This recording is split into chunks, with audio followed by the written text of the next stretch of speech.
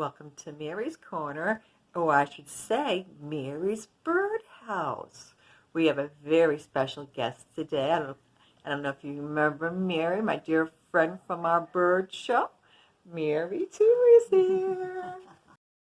We are going to have another special treat. In addition to talking with Mary with her wealth of knowledge about birds, she's going to bring us to where she rescues birds. And it's a beautiful setting, and we'll see all types of birds there. But before we go downstairs, let's go with our interview right now. All right, so Mary, when did your love of birds begin? To be honest with you, when I was a child, maybe a year old, we had a chicken coop with a big fenced-in yard, and my mom would put me in with a little fluffy chicks. They were my babysitter. So that's where I really started. So you grew up on a farm? Yes, I did. And I was the veterinarian for, firecracker who was born the 4th of July got injured, and I was the vet to bandage him up and so on. So it continued then into my teens. And then how this aviary started, I had 2 dogs. Radar was almost 20 when she died, and Dylan died a few years earlier. Yeah. And I was upset. I was ready to retire. I knew I couldn't get another dog right away.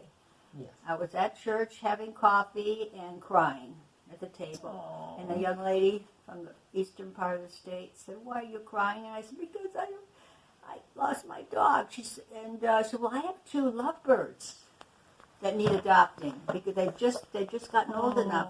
So Adam and Eve came, and that's how this aviary started, with Adam and Eve lovebirds. So they were the first ones. Yes. And as time went on, I rescued birds, and I now have cockatiels and parakeets that are.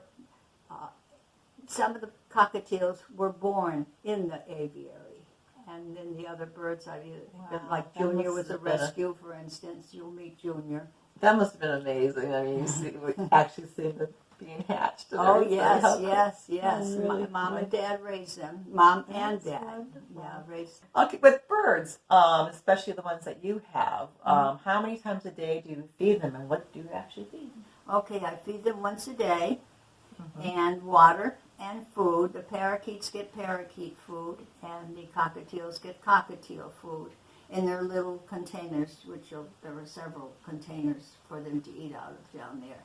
And I'll see a cockatiel at the parakeet see. They don't. Yeah, so once a day, and water and food. Okay. And what is the average life expectancy? I know it's different when the birds are outside, like a wild bird versus a domesticated bird. But what is like the type of birds that you have? What is the life expectancy? Cockatiels that I have, probably 25 years is a normal. And the parakeets live a little shorter time. But I've known people that have had parakeets for 30 years. But the thing is, I'm raising a lot of birds.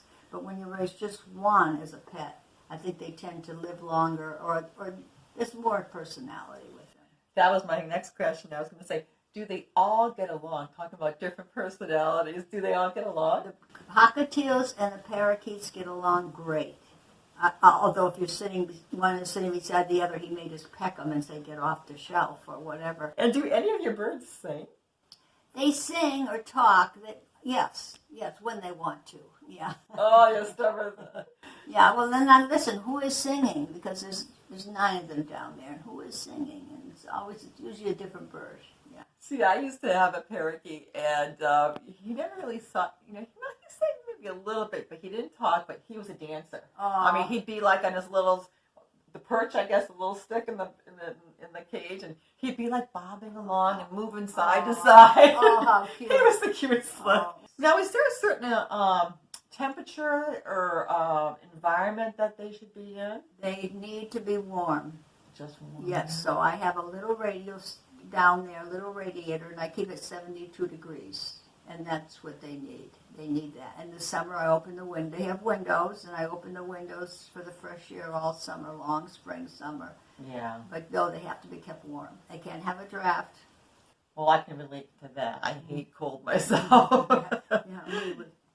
We all would love to see your beautiful birds. Okay, let's go down with So cameraman. let's go downstairs.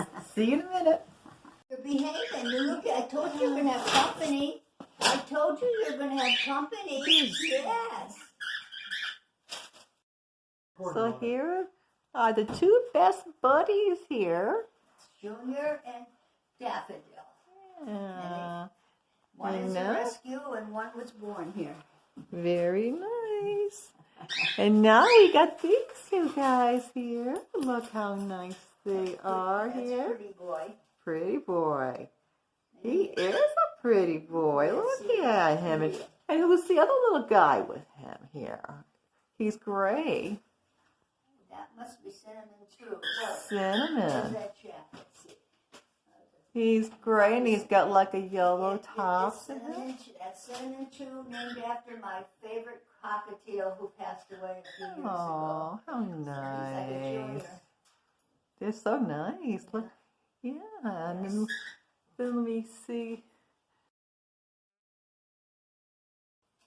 Parakeets, I mean. I said that. Blueberry, because he has a color blueberry. And then Sissy, named after my mom. See, my parakeet was that blue color too. And his name was Chirpy. Hi, guys.